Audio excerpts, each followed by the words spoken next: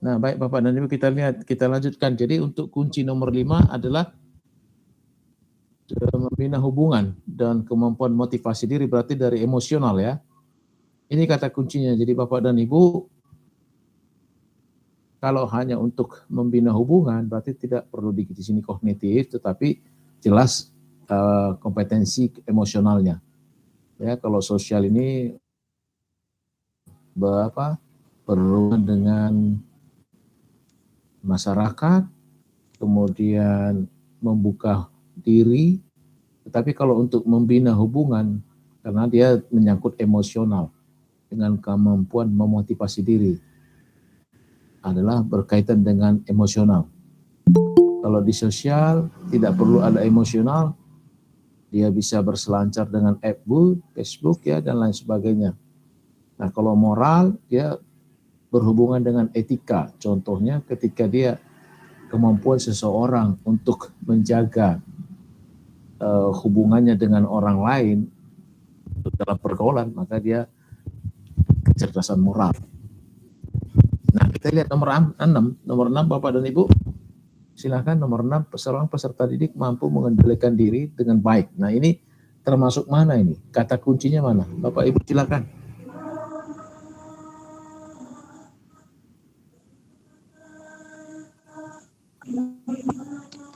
Ya, mengendalikan diri. Kata kuncinya di sini mengendalikan diri. Berarti apa? Berhubungan dengan apa dia? Sosial. Sosialnya, mengendalikan diri ya. Ini kata kuncinya. Jadi nggak usah lagi capek-capek, cari aja sosial, sudah selesai itu. Jangan dilihat lagi moral, jangan lagi dilihat spiritual. Berarti dia sosial, ada kata sosial di sini. Berarti kan sosial emosional, mengendalikan diri dalam pergaulan ini dengan baik dalam berbagai situasi dan mampu menjalankan. Nah, ini dia kan mengendalikan diri dengan teman-temannya. Itu kata kuncinya. Selanjutnya Bapak Ibu nomor 7 masih juga ini ya. Seorang peserta didik. Jadi kata kuncinya ini yang perlu kita lihat, tidak memberi kesempatan kepada orang lain jika temannya memimpin bisa memisahkan diri. Mana di sini Bu? Bapak dan Ibu kata kuncinya. Selalu ingin mendominasi. Ayo Bapak dan Ibu. Iya, memisahkan diri. Ya, memisahkan diri dan cenderung belajar sendiri. Sosial emosionalnya itu yang tidak terkendali.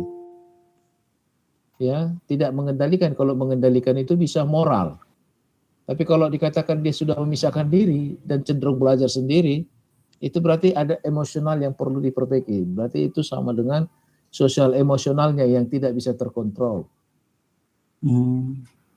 Sudah Bapak dan Ibu? Jadi kata kuncinya yang perlu, yaitu ini dia. Memisahkan diri dan cenderung belajar sendiri. Itu berarti sosial emosionalnya yang tidak bisa terkontrol. Kalau untuk mendominasi itu bisa juga moral kan. Oh, ada orang yang memiliki moral mental sebagai seorang penguasa gitu loh. Itu bisa juga kita lihat ketika dua orang anak belajar, ketika dua orang sedang berjalan kaki, dia yang paling bisa, yang dominan di situ adalah orang yang memang bisa menguasai atau mendominasi dalam suatu perjalanan itu. Contohnya, mereka berdua berjalan di satu daerah yang tidak diketahui, maka pasti ada yang menonjolkan diri di situ untuk menentukan arah perjalanan. Itulah dia, sudah berarti dia merasa moral. Ada rasa bos gitu loh. Jadi kalau ini yang jelas, kalau sudah namanya memisahkan diri, berarti dia emosional yang perlu diperbaiki dan tidak bisa bersosialisasi dengan teman-temannya. Ya. Itu dia kata kuncinya. Baik Bapak dan Ibu, kita lanjutkan nomor 8, peserta didik telah memiliki moralitas benar-benar diinternalisasikan dan tidak dasarkan pada standar. Dia mengenal tindakan moral, mengajak, menjajaki pilihan, kemudian memutuskan berdasarkan suatu kode moral. Hal ini merupakan contoh perilaku moral spiritual pada tahap. Nah, ini yang perlu. Jadi kalau kita lihat ini Bapak dan Ibu, penalaran pasca konvensional. Ini sebenarnya jawabannya ada satu ini, karena sama-sama konvensionalnya itu sudah benar itu.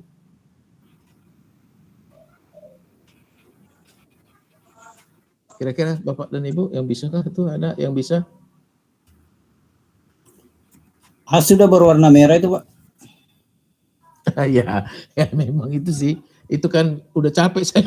Adalah. Cuman maksud saya kita mau carikan kuncinya, Pak. Oh iya. Kita mau cari ya supaya cepat. Jadi tidak ada lagi harus baca-baca lagi. Mana Pak kata kuncinya? Memutuskan berdasarkan suatu kode moral pribadi. Nah, kalau pasca konvensional menilai pribadi dasar oleh hak dan keadilan individu. Itu kalau pasca konvensional.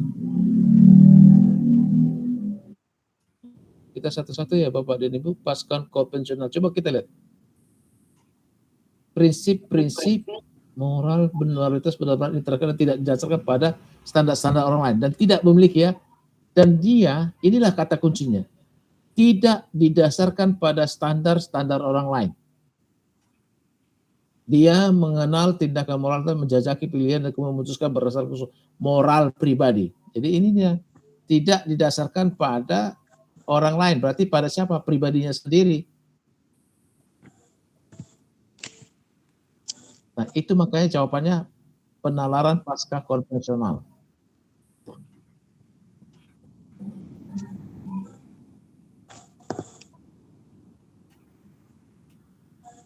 Apakah Bapak dan Ibu masih kemungkinan keluar ini?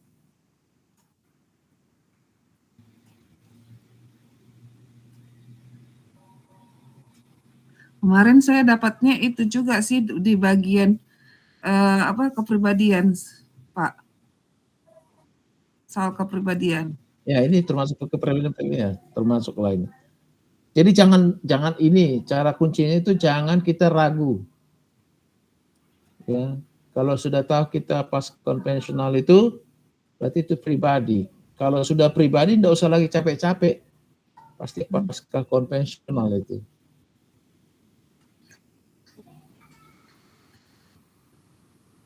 Itu apa bedanya, Pak ya? Jadi supaya jelas. Ya nah. Konvensional itu prakonvensional. Berarti kan sebelum dia memutuskan, nah, ya kan berarti kan kalau itu kan Pak sudah gampang. Jadi kata kuncinya tunggu dulu Pak. Pasca itu berarti sedang berlangsung. Setelah Pak, peserta didik dengan pasca sedang berlangsung Pak. Pasca sedang berlangsung. Peserta didik telah memiliki yang memiliki moralitas benar-benar diinternalisasikan dan tidak didasarkan pada standar-standar orang lain. Itu sudah selagi berlangsung perilaku moral spiritualnya. Sedang berlangsung Pak ya. Jadi jangan salah. Nah makanya kata kuncinya adalah tidak didasarkan pada standar-standar orang lain. Itu kata kuncinya pasca konvensional itu.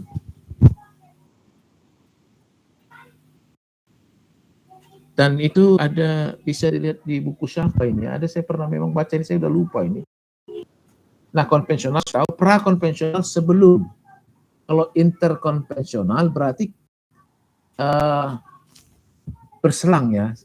Atau pasca ini sedang berlangsung, interkonvensional itu penalaran. Atau Bapak dan Ibu apa konvensional dulu lah, supaya jangan jauh-jauh kita. Bolehlah Bapak dan Ibu sekalian lah kita sekali koordinasi ya, karena apapun ceritanya kalau hanya untuk melihat begini aja gak ada artinya. Harus juga Bapak dan Ibu bisa mengeluarkan pendapat, jadi bisa kita satukan pendapat kita gitu loh.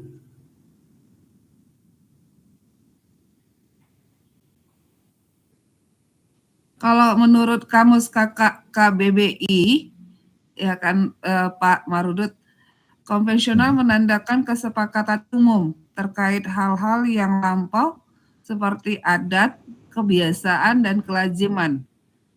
Secara singkat, konvensional memiliki arti tradisional.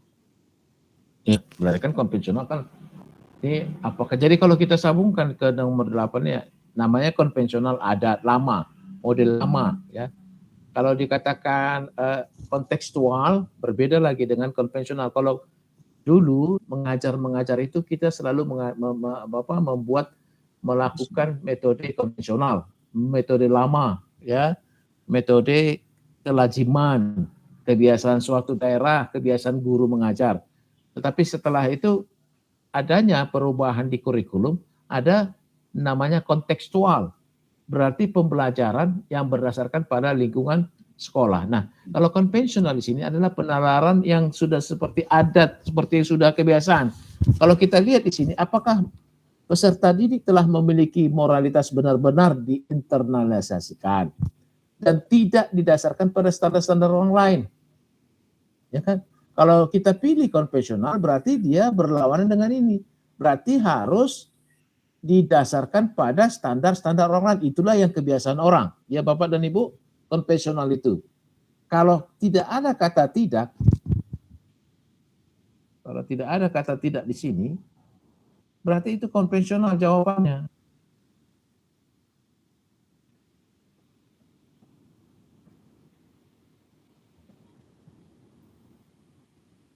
Bisa dilihat Bapak dan Ibu? Jadi bisa membedakan pasca konvensional dengan konvensional. Ya, Bapak dan Ibu, jadi mana tahu ada keluar lagi seperti ini, bisa cepat kita ambil.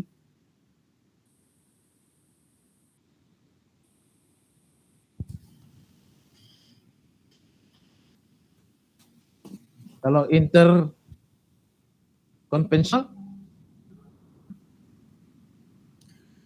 di luar dari kebiasaan. Berarti kan ada sesuatu yang dikontradiksi pada saat itu ya. Nah kalau itu kata kuncinya tadi kan, mohon maaf Bapak ini dulu ya. Kuncinya tadi kan kalau kita yang pertama huruf A itu pilihannya adalah di sini semua ya. Tapi di sini Bapak dan Ibu sudahkah bisa diambil kesimpulan langsung? Maka ini pasti jawabannya ini. Ya. Tetapi kalau tidak ada nanti ini, ya, ada Bapak ini pasti jawabannya di sini. Konvensional. Ya, konvensional dia. Karena kenapa? Karena didasarkan pada standar-standar orang lain kan. Karena sudah ada kebiasaan orang lain dia. Kebiasaan orang lain itu kayak mana? Sudah? Kalau Prakonvensional. Prakonvensional gimana? Kalau berarti kalau pra itu Sebelum. Sebelum. Pra sebelum. Sebelum. Apa kira-kira itu? Berarti sebelumnya kan kalau sesuatu yang sebelum ada, sudah ada itu dia. Berarti kata kuncinya di sini. Yang telah memiliki moralitas dan benar-benar diinternalisasikan. Dan ini nggak ada lagi. Sudah ada, merupakan konsensus bersama. Ini dia. Maka jawabannya pasti ini. Sudah ada konsensus bersama itu.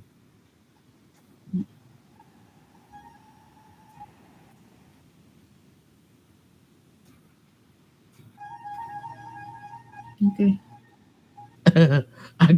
Jadi di sini pun kadang-kadang kan kita ragu kan. Kenapa? Karena kita tidak terus bisa ambil mana nih yang menjadi kata kuncinya. Kalau saya melihat ini soal nomor 8, saya nggak sibuk-sibuk, nggak saya baca lagi yang di sini. Saya baca saja apa ini. Berarti ini tidak didasarkan. Berarti ini kata kuncinya yang paling utama ini.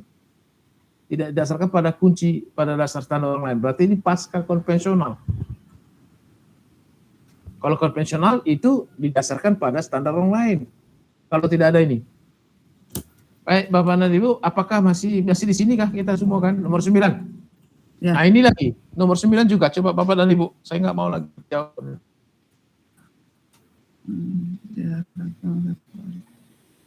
Ini mendengar diharapkan oleh warga, kelompok masyarakat dan bangsa serta setia mendukung aturan sosial ya. Setia mendukung aturan sosial. Bukan hanya untuk ketenangan, tetapi disadari sebagai sesuatu yang berharga. Sama dengan yang di atas tadi Bapak dan Ibu. Kan? tidak didasarkan pada standar-standar orang lain. Di sini juga kan bukan hanya ketenangan, tetapi disadari sebagai sesuatu yang berharga.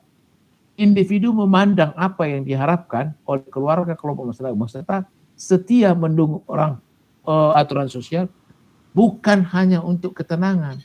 Kata kuncinya Tapi bukan, disadari, ini kata kuncinya, di sini. bukan Sini kata hanya. kuncinya. Ya, di sini dia. Oke.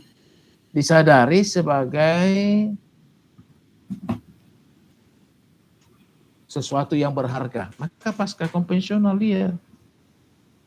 Nah, kita harus rasakan dulu. Pasca konvensional ini berarti sedang berlangsung. Sedang berlangsung lah ini.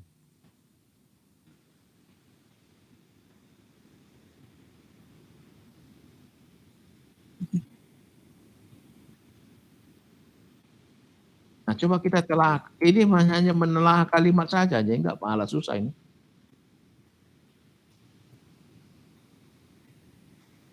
Bagaimana Bapak dan Ibu? Apakah masih belum? Sudah Pak. Oke, memaksimalkan kegiatan ekstrakurikuler, melakukan rekreasi ya. Kata kuncinya nanti ada ini. Pasti kegiatan ekstrakurikuler melakukan rekreasi dengan guru, melakukan kegiatan pelajaran fungsi untuk mengatasi masalah kesulitan belajar dalam hal apa ini? Ini kan rekreasi, ini kata kuncinya. Dari sinilah kata kuncinya. Untuk apa Bapak dan Ibu selaku guru lah dulu? Untuk apa itu ekstrakurikuler? Penciptaan hubungan yang baik ya. Ya, karena ada dapat C ya di sini ya. Coba dulu. Kata kuncinya kan ekstrakurikuler melakukan rekreasi, memberi kebebasan kan? Ya. Ini kan kalau kenapa orang bisa mengikuti ekstrakurikuler, untuk apa dia? Saya lah dulu kalau umpamanya saya suka main badminton, pasti saya cari olahraga yang badminton. Untuk apa itu? Masa minat Bapak. Bersosialisasi. Ya, mengaktualisasikan minat kita kan, tapi bukan diri ya, bukan itu. Ya, memberikan kebebasan pada diri menikmati ekstrakurikuler yang saya suka itu. Dan melakukan lainnya memiliki fungsi untuk mengatasi kesulitan belajar dalam hal apa. Nah, kalau mengumumkan pendapat gagasan itu di kelas, mengaktualisasikan diri di kelas, memformulasikan tindakan di kelas. Tapi kalau menciptakan hubungan yang baik di luar, sehingga ketika ada hubungan yang baik, maka kita bisa memberikan pendapat. Ya, jadi ini dia melakukan rekreasi dengan guru, maka kata kuncinya adalah menciptakan hubungan yang baik sehingga dia bisa mengatasi kesulitan belajar ketika dia ada. Ini di BK, di bimbingan konseling. Nah, sampai di sini dulu, Bapak dan Ibu kita lihat dulu. Tindakan yang paling tepat pada siswa yang mengalami kesulitan memahami, ini BK ya. Tindakan yang paling tepat. Dan ternyata para siswa mengalami kesulitan memahami pelajaran yang kita kerjakan adalah apa tindakan kita? Kira-kira Bapak dan Ibu? Menciptakan ruangan kelas senyaman mungkin. Bisa. Tindakan yang paling tepat dilakukan pada saat siswa mengalami kesulitan belajar, memahami pelajaran. Apa Melakukan tindakannya? pendekatan. Bisa juga. Semua dapat itu, bisa semua. Ada yang lebih tepat itu. Iya, gitu dia Pak. Memotivasi. Boleh, tapi yang lebih jelas itu Pak, membuat pendekatan. Oh. Ya, kan karena kesulitan dia Pak, kan kata kuncinya kan di sini. Kesulitan. Berarti Ya, membantu coaching dia kan? siswa. Di sini kata kuncinya. Oh, Membantu coach. siswa, kan membantu siswa. Bukan mengulang kembali pelajaran yang diajarkan, yang lainnya akan bosan. Memberikan tugas saat tidak, memberikan buku sumber tidak, membantu siswa. Kita buat coaching, kita buat pendekatan. Apa sih kesulitan anak itu?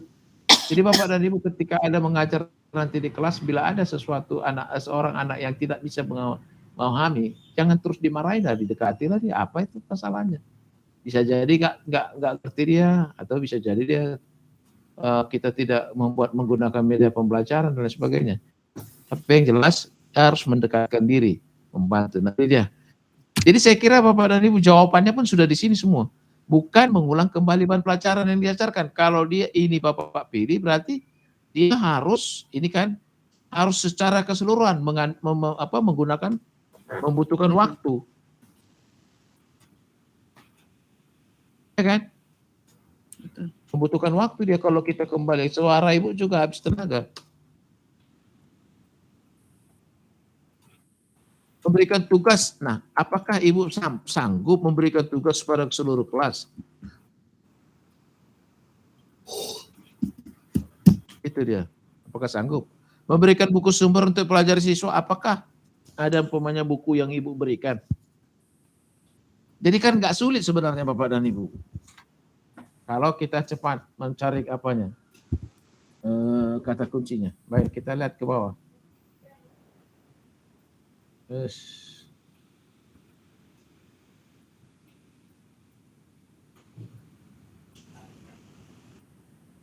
Seorang peserta didik mampu mendengarkan informasi yang disampaikan oleh guru, tetapi pada saat ditanya tidak mengerti apa yang dengar. Peserta itu mengalami kesulitan, gangguan dalam belajar. Dalam hal apa dia, Bapak dan Ibu?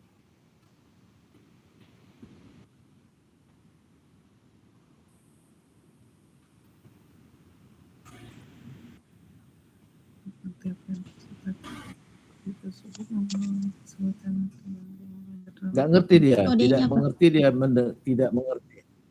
Ya, Konektif. Bukan. konektif kan itu? Konektif. Konektif kan kemampuan untuk menganalisa. Ini dia mendengar. Mengalami kesulitan dan gangguan belajar, Pak. Ya, apanya itu ya Bapak dan Ibu? Apa ya? Aduh.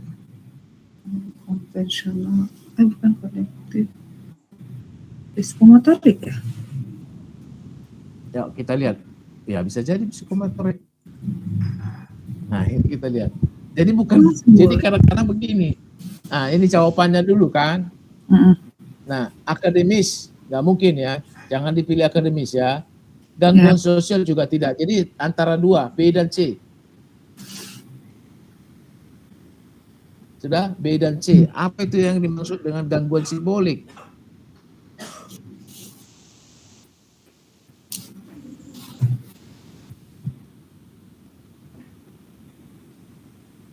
Gangguan simbolik. Ya. Ya, anak yang kesulitan mendengar, ya. Anak yang kesulitan mendengar. Berarti kalau non simbolik lawannya lah ya. Apa itu non simbolik? Mesti tahu juga kita apa itu non simbolik.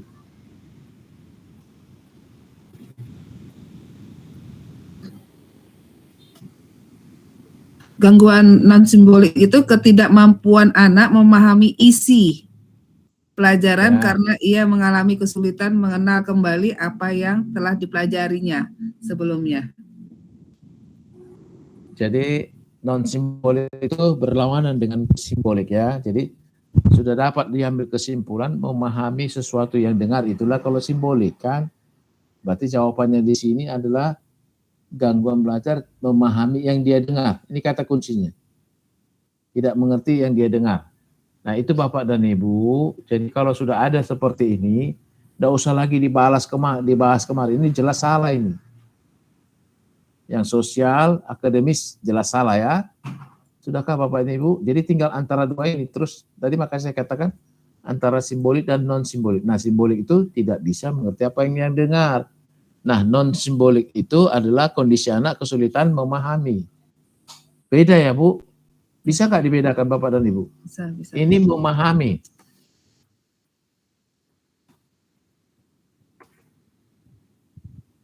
Kalau yang ini tidak mengerti apa yang dengar. Beda ya? Tidak dibedakan Bu? Bisa Pak. Bisa Pak. Ya, iya. Ya, saya kira udah bisa kan? Nggak repot-repot. Amir lagi nih ngerjakan ini.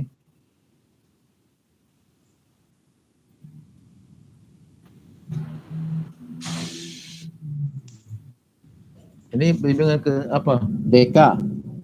Perbedaan antara konseling dan wawancara terletak pada maksud dan tujuannya. Ayo, Bapak dan Ibu.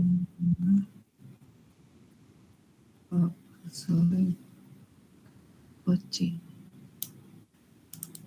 Mencari solusi. Memecahkan masalah. Ya, mencari solusi. Iya, iya, iya. Penyesuaian dengan lingkungan. Sudah? Membantu apa dia? Membantu semua peserta didik ya, siswa memecahkan masalahnya, mengatasi yang mana nih? Membantu siswa dan mengatasi, sudah dapat ya. Sebenarnya nggak ada lagi. Jadi Bapak dan Ibu sebenarnya nggak sulit loh sebenarnya ini. Apa yang dimaksud dengan konseling? Ini kata kuncinya. Berarti membantu orang untuk meningkatkan sesuatu ya. Bukan masalah pribadi di sini, bukan masalah lingkungan, tapi adalah masalah kesulitan belajarnya. Jadi kata kuncinya, memang membantu siswa agar memperoleh informasi tertentu banyak. Nah, sekarang kita jangan kita lebarkan dia. Kita ambil untuk pada saat ini adalah peserta didik ya, dalam situasi belajar. Bukan memperoleh informasi tertentu. Jadi Bapak dan Ibu juga jangan dilebar-lebarkan. Harus membantu siswa agar dapat mengatasi kesulitan belajar. Itu sudah jelas itu. Membantu semua peserta didik untuk kesulitan belajar, mengatasi kesulitan belajar. Ya. Jadi kalau masalah pribadinya berarti itu bimbingan konseling ya. Iya, bimbingan konseling. Oke. Udah dapat nih. Nah, cara peta akurat digunakan mengidentifikasi masalah. Nah, angket nggak mungkin. Wawancara ya mungkin mengidentifikasi kesulitan. Bapak tadi brainstorming sering loh itu kalau kita belajar ya. Apa itu dalam bahasa Inggris ya? Ada brainstorming ya? Brainstorming sama dengan bahasa Inggris brainstorming apa sih? Stimulus.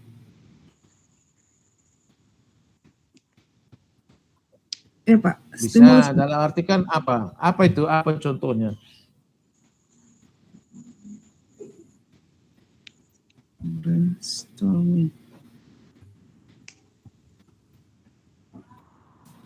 Brainstorming adalah cara atau teknik mengumpulkan gagasan atau ide untuk mencari solusi dari masalah tertentu. Nah, cara yang paling cepat dan akurat yang digunakan untuk mengidentifikasi kesulitan belajar ya. Kesulitan belajar. Apakah brainstorming? Wawancara tidak ya? Enggak. Angket tidak. Samaan.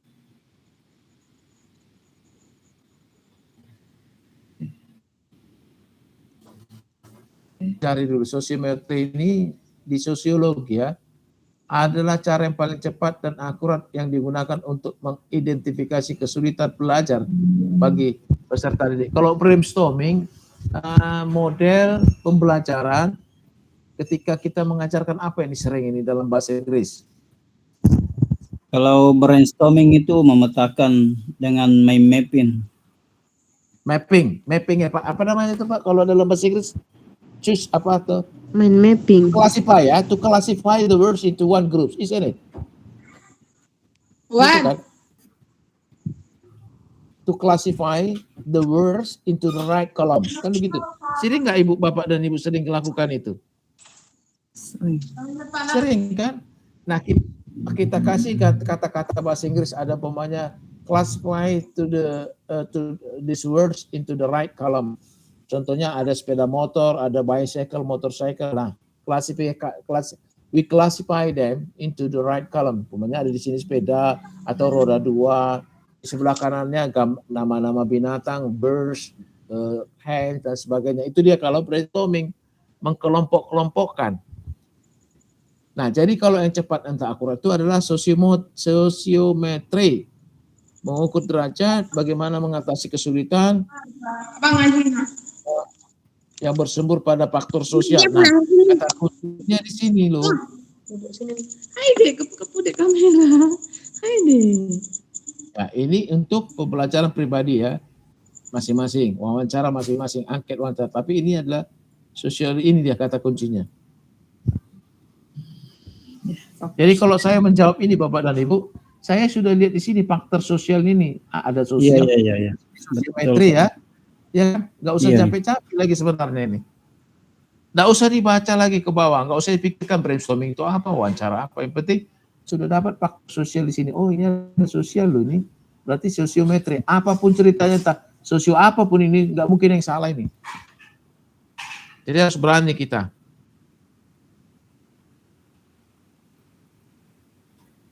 Kita lihat nomor 15. Kita aja langsung jawabannya aja. Apa sebagai guru menemukan mengalami kesulitan, tindakan apa yang akan dilakukan? Tindakan recok dong, mengulangi, capek, memberi kepastian yang bersangkutan, bisa, menugaskan seluruh, kan tidak. Anda sebagai guru menemukan peserta didik, ya.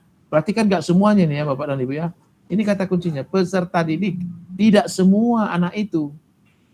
Berarti ada 2-3 orang kali ya. Sepakat dulu kita Bapak dan Ibu ya. Peserta didik. Nah, kan tidak mungkin memindahkan tempat duduk tersebut ke meja paling depan.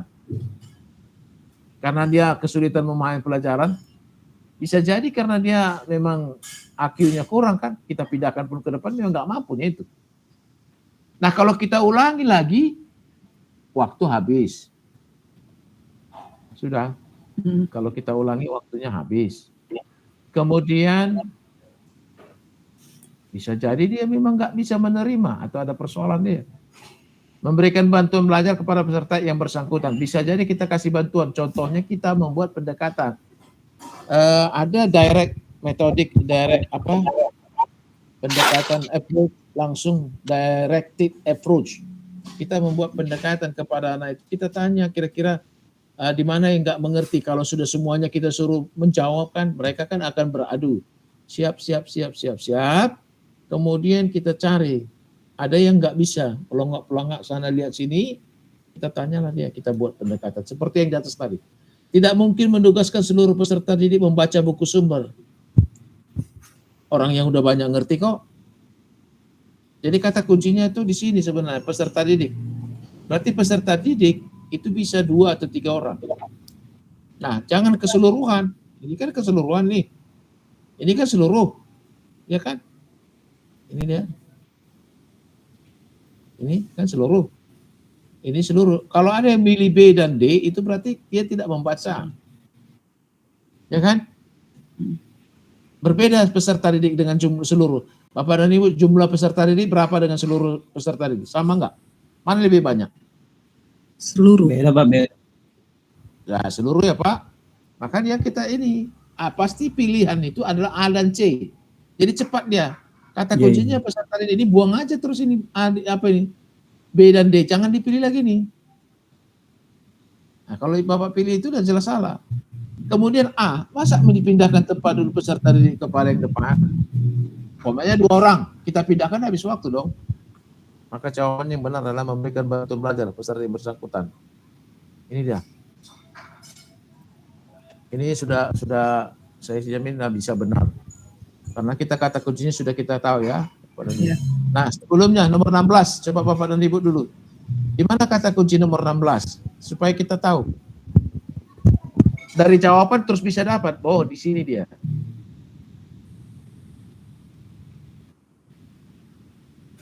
Bermain dengan teman-temannya. Berarti hubungan apa itu? Sosial. Sosial kan? Kan kita lihat peserta banyak untuk bermain. Ini kan berarti ini waktu bermain dengan kata kuncinya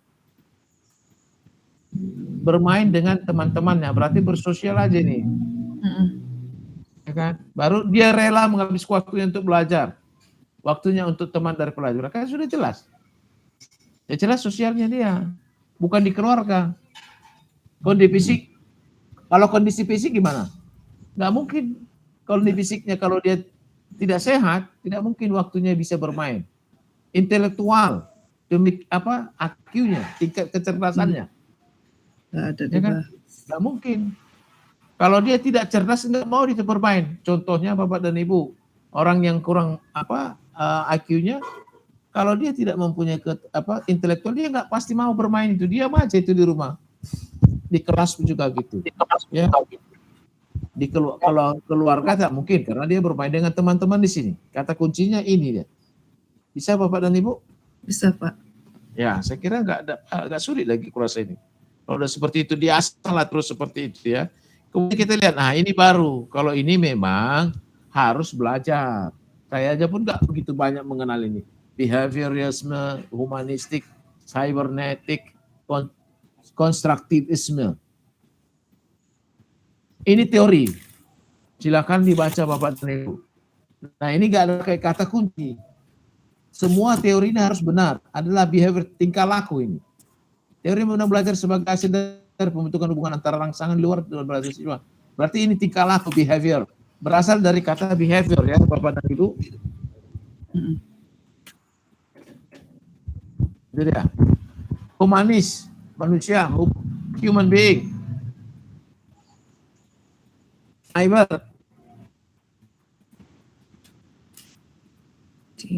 Tapi IT.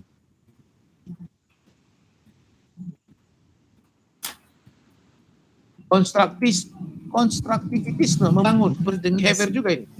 Jadi kan sudah jelas ya. Kita lihat ini, teori ini memandang belajar sebagai hasil dari pembentukan hubungan antara rangsangan dan berarti antara A dan D benar. Ya.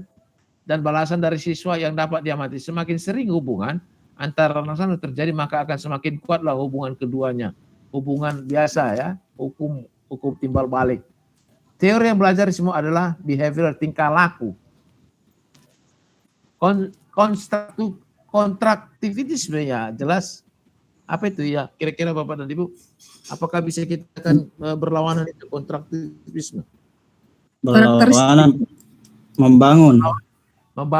Itu Pak, to construct. Kalau itu kan seperti ini tuh Pak. Kalau bahasa Inggrisnya itu to construct itu tuh beda. This is quite different loh. Beda nih Pak.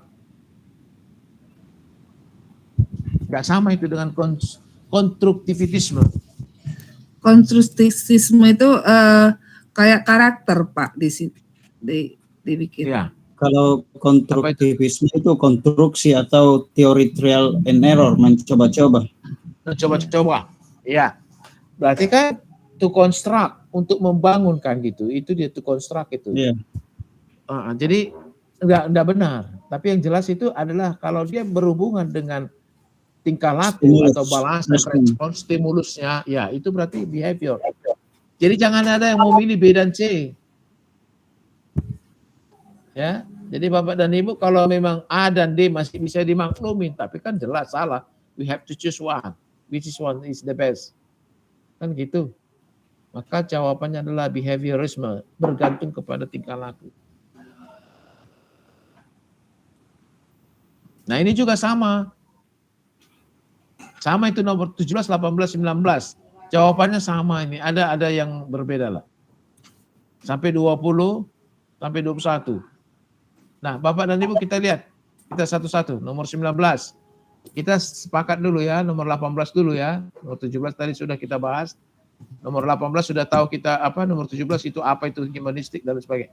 Di dalam proses pembelajaran, para siswa dengan situasi di mana bebas mengumpulkan data, membuat dugaan, mencoba-coba. Bapak Ibu kan sudah tadi kan? Ya, betul. Coba-coba inilah dia. Kata kuncinya kan ini.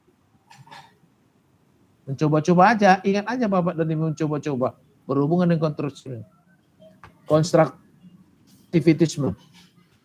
Itu kata kuncinya, jadi nggak usah yang lain-lain. Tadi behavior kan, itu berhubungan dengan sifat. Tingkah laku. Nah, kita lihat nomor 19. Sebagai fasilitator, motivator, memberikan kesadaran. Kata kuncinya di sini. Berhubungan dengan apa itu? Kehidupan, makna kehidupan. Ya, kehidupan, kemanusiaan ya Pak. Berarti humanistik, human being ya. Memberi kesadaran. Nggak usah lagi Bapak Ibu baca lagi nih, nggak ada lagi itu. Nanti kalau Ibu baca habis waktunya. Kemudian nomor 20. pada masa kini siswa dituntut untuk belajar, ya untuk dapat belajar setiap saat dan bisa terjadi manapun. Hal ini karena teknologi. Pernyataan di atas sejalan dengan, nggak usah saya kasih tahu, saya kira sudah bisa di sini tadi kuncinya ya. Cyber. Ya, ini kan ya, Bapak dan Ibu. Cyber IT. Ya. Cyber jarak jauh, Pak. Udah kunci. Nah, itu kan jelas, IT kan sudah jarak jauh, Pak. Nggak ada IT yang jarak dekat. Supaya Bapak tahu dulu mengapakannya. Nah, ini kan sudah jelas ini kan. Saya kalau itu nggak usah jauh-jauh, teknologi inilah. Kemajuan teknologi. Iya, berarti itu cyber. Jadi nggak usah dibaca apa itu ini. Kemudian kita lihat kognitivitisme. Ah, sudah ada ini Bapak dan Ibu jawabannya. Ini dia langsung aja terus langsung. Kognitif. Iya, nggak ada lagi tuh Bapak dan Ibu. Dia kasih kunci jawaban sebenarnya. Tapi harus Bapak ingat itu kan sudah kita buat tuh. Apa arti kognitivitas? Kalau behavior tadi sudah ada di atas ya. Konstruktivitisme sudah ada di atas. Cybernetik sudah di atas. Yang jelas saya tidak mau baca-baca lagi itu. Saya pasti pilihkan itu kognitivitisme. Nggak ada lagi yang lain itu. Ngapain kita sibuk-sibuk cari ini? Karena sudah kita pelajari kan cyber berhubungan dengan teknologi. Nomor 21, adakah di situ berbau teknologi? Bapak dan Ibu, adakah berbau teknologi nomor 21? Tidak ada. Behavior. Kita lihat dulu behavior. Ya tingkah laku kan. Behavior. Mana ada di sini berhubungan dengan apa ya behavior tadi? Dengan tingkah laku kan di behavior sifat. Pembentukan hubungan antar rangsangan dan balasan dari siswa. Berarti kan tingkah laku. Nggak ada di situ. Jadi Bapak dan Ibu nggak usah sibuk-sibuk. Nggak usah capek-capek dia. Langsung saja. Ini udah kognitif. Nggak usah pun saya tahu apa arti kognitif. Ya udah ngapain. Repot ambil. Pasti benar. Kemudian kita lihat nomor 22. Ini bagian Ibu ini. Tujuan pembelajaran menggambarkan proses dan hasil belajar di dalam apel. Nah, usah dibaca-baca kalau silabus. Mana ada di situ tujuan pembelajarannya Bapak dan Ibu? RPP. Iya. Di silabus ada dia? Nggak ada. Nah, jangan salah pilih di sini nanti silabus dan RPP. Jangan salah pilih. Ah, ada di silabus kok ada. Di silabus udah ada tujuan pembelajaran. Yang ada di RPP ya. Kemudian apa lagi di RPP? Adakah di situ estimasi waktu? Kita masuk dulu ke apa? Dulu kurikulum merdeka. Identitas, kemudian apa lagi yang kedua? Kan 3 bagian tuh. AP, CP, TP. AP apa? Apa ya? Lupa aku jadi. Nah, itu nanti informasi umum dulu, Pak. Iya, itu dulu yang pertama kan. Ya, informasi umum.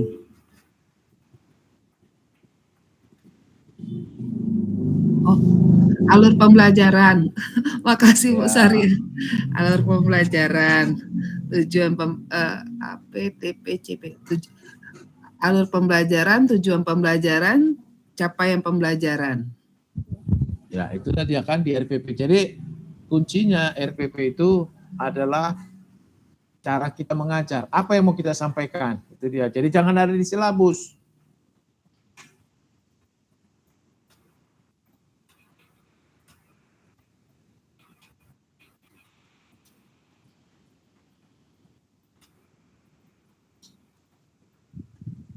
Agak repot saya ini. Karena baru ini saya pakai ini Google Map ini ya. Nah, kalau kita mau mengembalikan ini bagaimana Pak apa? Pak Imran, Pak Imran. Pak Imran, Muhammad Septi. Pak Septi ini mengembalikannya iya, mengembalikan dia tadi. Stop dulu baru balik lagi ya. Wah, repot Amir ya.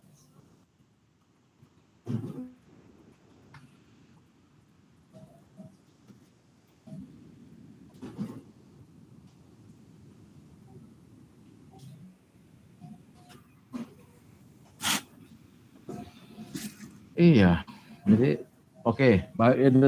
Jangan ada yang milih SKL ya. SKL kan Nggak ada lagi ya Bapak dan Ibu, di RPP ada nggak sekali lagi kita jumpai? Standar bagus. Nah ini dia yang nomor 23 ini adalah model yang lama ini, silabus RPP yang lama. Perlu kita buka lagi RPP yang lama, kurtilasnya, Nggak usah Pak. untuk menjelaskan, untuk memperjelas. Jelas ya Bapak dan Ibu, kita cari dulu identitas, sama ya, kita lihat dulu semua. Nah cara melihatnya ini biar gampang. Saya mau kasih tunjuk yang gampang doang, ya kan? Sama ya Bapak dan Ibu, ABCD, ya ada identitas kan? Ya. Sama juga ada kompetensi inti, ya. Kita lihat dulu satu-satu. Kita mau melihat mana yang berbeda. Sekalian Bapak Ibu bisa buka apanya di situ, RPP-nya. Nanti buka di sini untuk membenarkannya. Nah, kemudian ada kompetensi dasar, sama semua. Ya, udah mulai dekat di kita ini, ada perbedaannya nanti. Silakan Bapak dan Ibu, nanti sedikit aja di sini slide-nya. Nah, kemudian kita lihat, di sini ada indikator, di sini tujuan pembelajaran. Sudah jelas di antara ini pasti tidak sama ya. Nah, ada indikator dulu ya Pak. Ya. Iya Pak. Ini jangan kita pilih lagi kalau gitu. Salah. Jangan lagi dipilih kan. Berarti indikator. Habis indikator apa Bapak dan Ibu? Tujuan pembelajaran. Tujuan. Benar. Ya tujuannya sama. Baru materi. Metode. Sama. Metode sama. Nah sekarang di sini bedanya. Media pembelajaran dan metode. Mana dia? Media pembelajaran. Nah, mana ini Bapak dan Ibu? Media dulu lah. Hah? Media dulu. Media dulu Pak. Baru sumber belajar ya? Iya. Ya harus kita tepatkan. Media dulu, baru sumber belajar. Iya.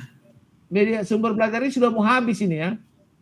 Baru di bawah habis itu baru langkah-langkah ya kan? Baru habis itu langkah-langkah. Nah jelas yang nomor tadi A sudah jangan dipilih lagi ya. Yang kita pilih adalah B ya. Langkah-langkah pembelajaran, evaluasi C. Coba kita ulangi dulu Bapak dan Ibu. Identitas sama, kompetensi inti sama, kompetensi dasar sama.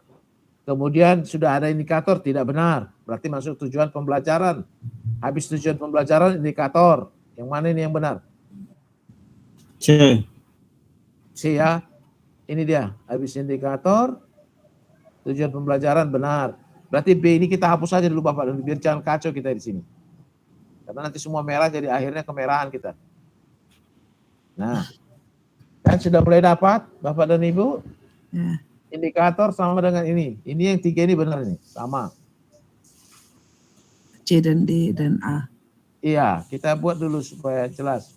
Nah, jadi caranya mencarinya itu Bapak dan Ibu sebenarnya gampang sekali. Ya, samakan saja mana dia ini. Baru nanti yang membedakan dia habis materi apa.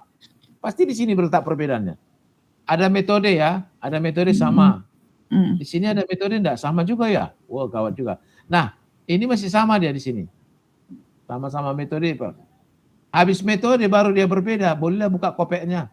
Media pembelajaran. Habis metode apa? Media. Media masih sama juga kan? Enggak kan? Sama. Enggak lagi. Ini tidak benar lagi kan? Ini udah enggak benar lagi. Ini di bagian D ada dia sama. Sama sih. Berarti tinggal A dan D ya. Ada. Ya. Nah, sekarang tinggal A dan D. Biasanya langkah-langkah tidak mungkin di akhir pembelajarannya. Langkah-langkah dulu, evaluasi pembelajaran baru evaluasi terakhir. Nah, itu sebenarnya kata kuncinya Bapak, Ibu, semuanya adalah evaluasi ininya sebenarnya. Cuman kita nggak berani. Iya, iya. Iya kan, nggak berani kita. Itu aja membuat ini. Ini sebenarnya kata kuncinya. Di sini mana ada evaluasi? Ada terakhir ya? Oh, ada juga ya. Di B dan C ada ya. Nah, tapi yang jelas D jangan. Tidak ada kan? Kan tadi sudah dapat D. Terus langsung ke ini kan sudah langsung bisa. Nggak benar lagi. Kalau udah dapat evaluasi terakhir dia berbeda dengan di sini. Ini. A ini kan cukup sudah membedakan. Gimana Bapak dan Ibu? Susah kah? Enggak lah ya, enggak begitu susah ya. Mudah-mudahan bisa lah. Berarti Nomor 24. evaluasi harus di akhir ya Pak Marudut? Di akhir. Ya, Itu kan sama dengan apa namanya kalau kita rubrik penilaian ya, apa? Sebenarnya yang terakhir bukan itu. Yang terakhir itu adalah kunci jawaban. Baru tanda tangan kepala sekolah dan guru. Kalau mau dilihatkan semuanya, ya. Apa rubrik penilaian, kunci jawaban, kemudian kunci soal, evaluasi itu. Sudah, Bapak Ibu, nomor 24. Kita lihat nomor 24. Silabus dan sama-sama rencana, ya, proses pembelajaran. Perbedaannya apa? Saya kira Bapak dan Ibu udah tahu lah itu. Kok dingin sih?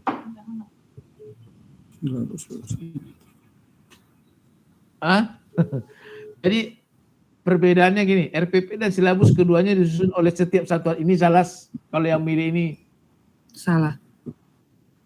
Ya kan nggak mungkin lah ya. RPP dan silabus keduanya disusun oleh setiap satuan pendidikan. Tidak. Harus kuat. Nah, kemudian ini RPP betul dibuat guru, sedangkan silabus dibuat oleh tim guru. Tidak. Tidak. Tidak, jangan. Nah, sekarang A dan B. Berarti tinggal A dan B ya Bapak dan Ibu.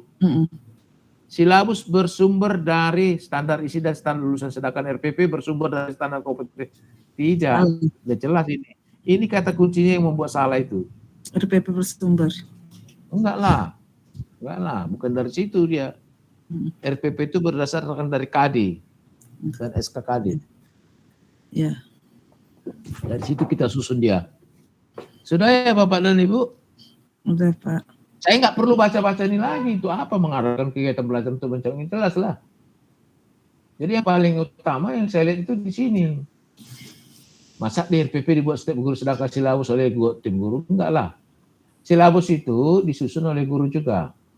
RPP dan silabus kedua disusun oleh setiap satu, bukan setiap satuan pendidikan, tapi oleh guru. Baik Bapak dan Ibu, kita lanjut ya. Ya. Salah satu prinsip dalam penyusunan, nah ini prinsipnya. Kalau di Kurtilas, Ya lah. Berpusat kepada siswa. ini dia. Di tadi ini. RPP bersumber dari silabus, tidak. RPP itu bersumber dari KD dan SK. Di situ kita baru menyusun. Alokasi sesuai waktu sesuai dengan jadwal pada setiap satuan pendidikan. Jadi kalau umpamanya, ya kan, alokasi waktu sesuai dengan jadwal pada setiap satuan pendidikan. 2 kali 24 jam. Kalau kita mengalokasi satu RPP, satu apalah dulu, 8 kali 28 kali berapa? Pertemuan, 8 kali pertemuan, berapa jam? 12 CP kali pertemuan ya. 12 CP pertemuan jam pelajaran. Tapi tidak pada jadwal itu, dia nggak bisa, nggak cocok. Materi atau mana berbasis kompetensi? Tidak semuanya. Materi itu berdasarkan basis kompetensi. Ada yang tidak berbasis kompetensi itu contohnya ya, bercerita. Ya. Materi itu tidak kompetensi. Berarti dia hanya bercerita di bahasa Indonesia, di dalam bahasa Inggris. Prosedur teks, ya, how to make this.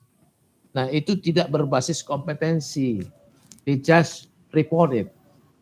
Ya. Kalau berkompetensi dia apa namanya itu kalau dalam bahasa Inggris pidato, reported apa? Speech itu. Itu berkompetensi. Oke. Baik Bapak dan Ibu, kalau ada kira-kira yang nggak ada lagi kita ke bahasa Inggris nanti ya. Besok kita ketemu lagi hari Kamis ya. Jumat Pak. Ya Bu Sri. Jumat Pak. Jumat. Kita ke bahasa Inggris. Ini saya kira Bapak dan Ibu sudah dapat lah ini ya, nggak masalah lagi. Nomor 26. Rencana belajar disusun oleh STA kan dia kan yang dapat dilaksanakan 1 kali pertemuan atau lebih dijabarkan dari mana dia? Dari silabus untuk pembuatan indikator. Tidak, sudah dari itu ya, dari silabus untuk mengarahkan kegiatan belajar terdalam upaya mencapai KD. Dari mana dijabarkan? Nah, ada sama aku. RPP ini dia kata kuncinya. Juga RPP sama kali. Tengok di mobil. dan Ya. dijabarkan Ini lagi telepon. dari mana? Bawa ya. Jelas silabus sama-sama silabus ya Bapak dan Ibu. Untuk pembuatan, di mana perbedaannya? Ini dia, indikator. Ya, indikator sama. Bukan indikator ya, tujuan pembelajaran atau kegiatan pembelajaran dia. Bisa Bapak dan Ibu dapatnya ini ya jawabannya.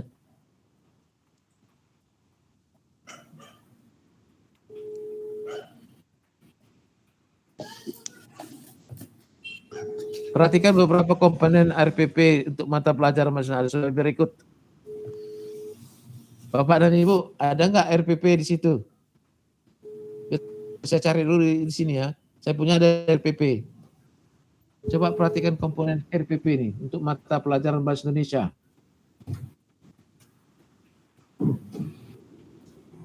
Pertanyaannya tersebut prinsip apa?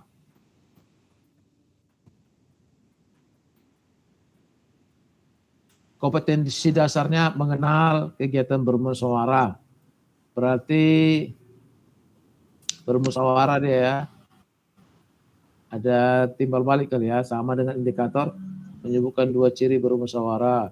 Tujuannya setelah pelaksanaan pemilihan ketua kelas, siswa dapat menyebutkan 2 ciri kegiatan musyawarah yang benar.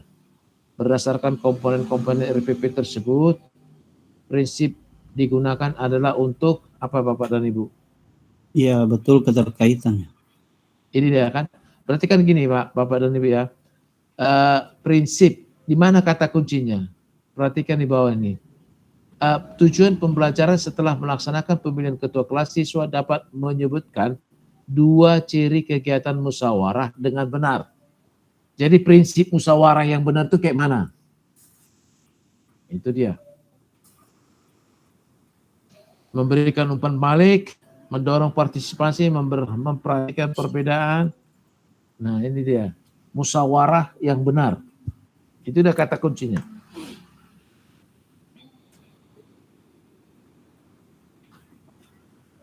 Kita lanjut Bapak dan Ibu. Ada lagi yang mau ditanya? Jangan lagi, nanti bahasa Inggris loh semakin pala. Di dalam menggunakan media dan alat bantu, guru sebaiknya memperhatikan faktor di bawah ini. Ini kata kuncinya Bapak dan Ibu. Kecuali. Berarti yang salah kan? Ya, negatif. Berarti kan yang negatif lah. Ini semua pasti positif ini. Metode mengajar yang digunakan, waktu yang tersedia, benar ini. Buku sumber yang digunakan ini benar ini semua. Ya kan kita harus memperhatikan faktor buku apa yang mau kita pakai ya kan. Masa kita kasih buku yang lain-lain? Ya kan? Di dalam menggunakan media dan alat bekas harus memperhatikan faktor bukunya. 1. Kemudian kecuali ya. Oh ini semua ya, kecuali ini ya, kecuali bukunya. Tidak kita berani bebas. Ya, kecuali waktu yang tersedia ya, waktunya ya. Waktunya ya Bapak dan Ibu. Kita harus lihat waktunya. Bukan asal-asal begitu loh. Waktunya ini kalau kita gunakan metode gini gimana waktunya? Gimana karakteristik pengajaran, gimana waktunya? Bukunya gimana? Cukup enggak?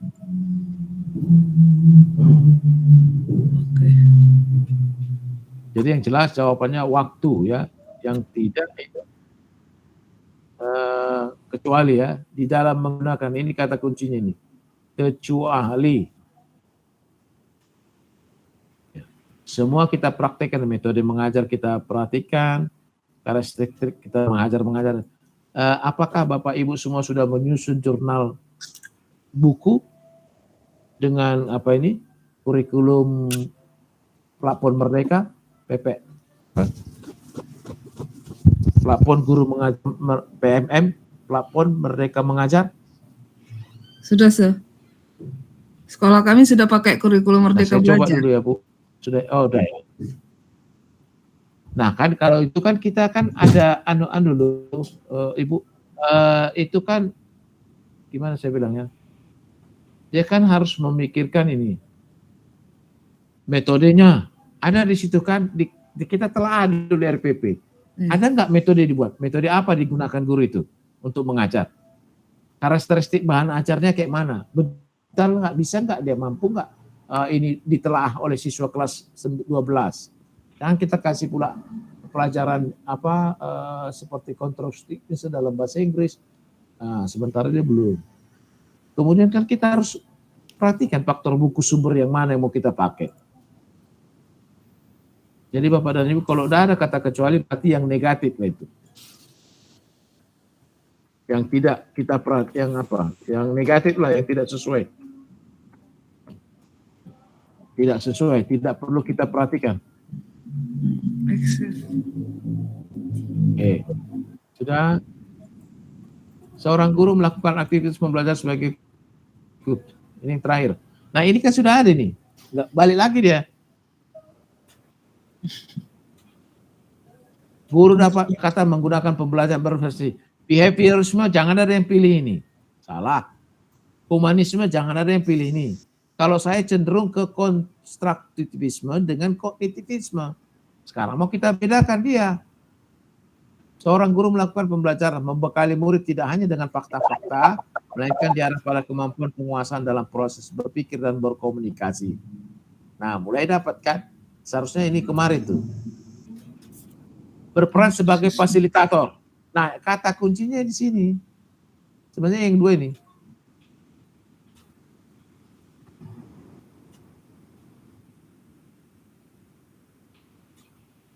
Nah, ini dia kan. Konstruktivisme ini berhubungan dengan fasilitator atau pembimbing.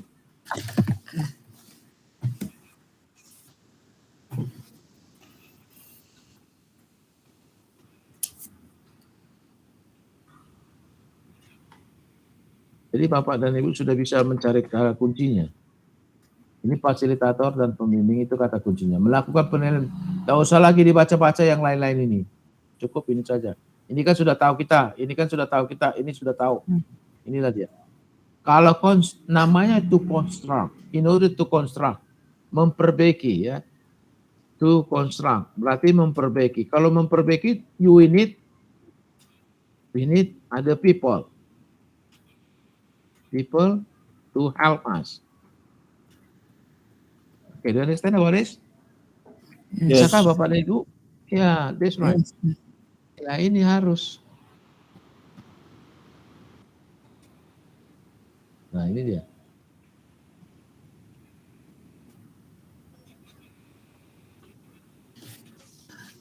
Pak, tapi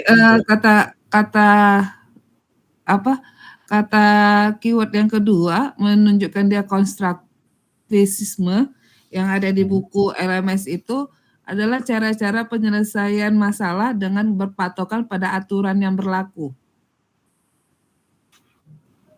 Ibu, kita lihat soalnya. Coba dulu, Bu. Kita lihat soalnya, membekali murid. Jadi kadang-kadang begini loh, Bu, supaya Ibu tahu kan. Kadang-kadang tidak semua sesuai dengan teori itu. Coba kita lihat dulu. Coba Ibu baca dulu sekali. Apa tadi? Coba Ibu baca dulu konstruktivisme itu. Yang di buku ya? Ya. Bacalah. Gak apa-apa. Konstruktivisme itu seorang pemimpin atau fasilitator mencakup menyelesaikan cara-cara menyelesaikan penyelesaian masalah dengan memberlakukan aturan yang berlaku. Poin nomor 3. Ya, Iya. berarti kan kontras. Kan itu kan? Ya. Ini ya. Makanya kan saya duluan tadi ini kan saya duluan saya kasih garis merah kata kuncinya kan fasilitator kan. Ya. Kan sudah kita bilang tadi konstruktivisme itu we need some people to construct. Itu sudah pasti. Ya. Jadi kalau behaviorisme tadi kan tingkah laku kan. Kita sudah dapat humanisme kemanusiaan. Nah, jadi kalau ini pilihlah C, itu udah pasti.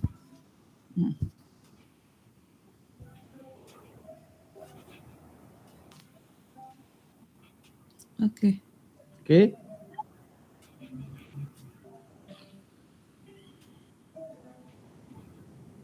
Jadi untuk hari ini saya kira sudah pukul jam 9. Nanti kita lanjut, ini sebentar aja sampai nomor 50. Kita lanjut ke bahasa Inggris hari Jumat ya.